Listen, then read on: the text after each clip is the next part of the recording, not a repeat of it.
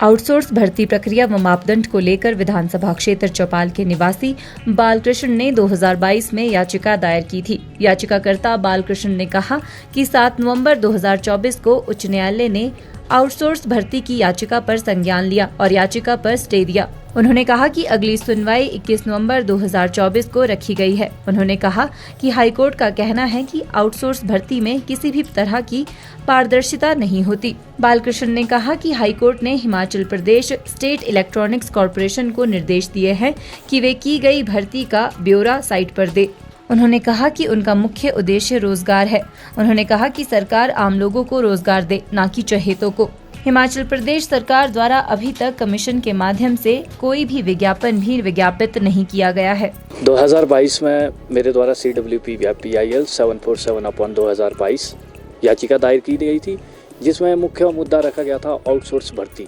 Outsource भर्ती के प्रक्रिया और मापदंड पे मैंने याचिका दायर की थी और 7 नवंबर 2024 को माननीय उच्च न्यायालय द्वारा मेरी याचिका में संज्ञान किया गया और उस याचिका में स्टे दिया गया और अगली सुनवाई 21 नवंबर 2024 को रखी गई है। माननीय हाई कोर्ट ने इस संज्ञान में कहा कि जो आउटसोर्स भर्ती है इसमें किसी भी तरह की पारदर्शिता नहीं होती है, इसमें चहेते को लगाया जाता है। साथ में हिमाचल प्रदेश सरकार द्वारा electronics corporation HP state electronic corporation द्वारा पूरे हिमाचल सरकारी विभागों में आउटसोर्स रखे जाते हैं। उसको निर्देश दिए गए हैं कि जितनी भी भर्तियां आपके द्वारा की गई है उसका ब्यौरा आप अपनी साइट पे डालें।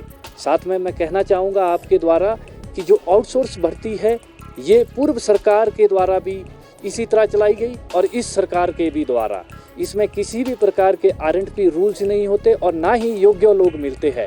अभी तो विचाराधीन याचिका है, पर जो आउटसोर्स भर्ती है वो सभी को पता है कि इसमें चहेते को लगाया जाता है।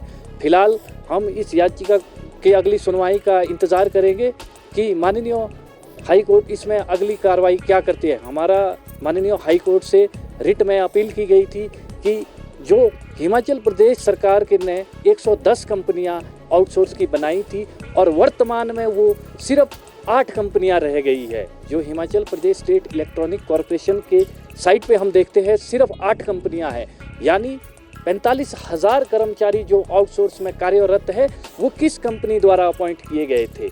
यानी हम कह सकते हैं कि ये जो कंपनियां हैं ये फ्रॉड है, क्योंकि इनका ब्यौरा नहीं है। हमने RTI के माध्यम से लिया और इस तरह किसी भी प्रकार की कंपनियों का रिकॉर्ड हमें नहीं दिया गया है।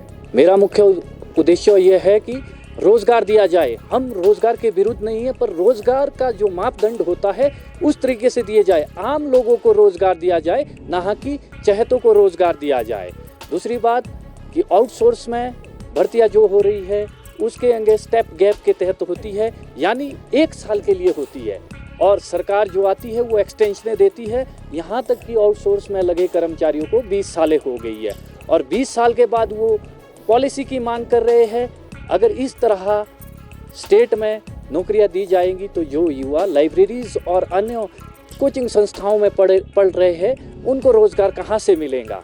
साथ में कहना चाहूँगा कि हिमाचल प्रदेश सरकार द्वारा अभी तक सीधी यानी कमीशन के माध्यम से HP RCA और पब्लिक सर्विस कमीशन के तहत कोई भी विज्ञापन विज्ञापित नहीं किया गया है। हिमाचल न्यूज़ 24/7 के लिए शिमला से सपना शर्मा के साथ हरदेव कुमार की रिपोर्ट। आप देख रहे हैं हिमाचल न्यूज़ 24।